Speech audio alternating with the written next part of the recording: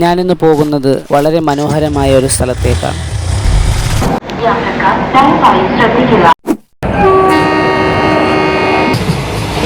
വെല്ലൂർ ബാഖിയാത്ത് സ്വാലിഹാത്തിലേക്കുള്ള ഒരു അവിസ്മരണീയ യാത്ര.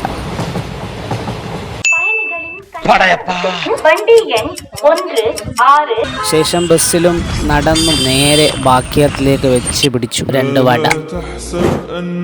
ജാമിയ ബാഖിയാത്തു സ്വാലിഹാത്ത് ഇന്ത്യയിലെ ഒരു പ്രമുഖ ഇസ്ലാമിക വിദ്യാലയമാണ്. അറബി, ഫിഖ്ഹ്, തഫ്സീർ, ഹദീസ് തുടങ്ങി ഇസ്ലാമിക വിഷയങ്ങളിൽ ഗൗരവമുള്ള പഠനം നടത്തുന്ന ഈ സ്ഥാപനത്തിന്റെ സനദ് നാന സമ്മേളനത്തിലാണ് ഇന്ന് ഞങ്ങൾ ഒരുമിച്ച് കൂടിയത്. വിവരിക്കാൻ എൻ്റെ വാക്കുകൾ മതിയായെന്ന് വരില്ല, കാരണം ബാഖിയാത്ത് സ്വാലിഹാത്തിന്റെ മഹത്വം അനന്തമാണ്. നീണ്ട വർഷങ്ങളുടെ ഇടവേളയ്ക്ക് ശേഷം പഴയ കോളേജിലേക്ക് മടങ്ങിയെത്തിയപ്പോൾ അത് അനവധി ഓർമ്മകളുടെ സാക്ഷ്യഭൂമിയായിരുന്നു.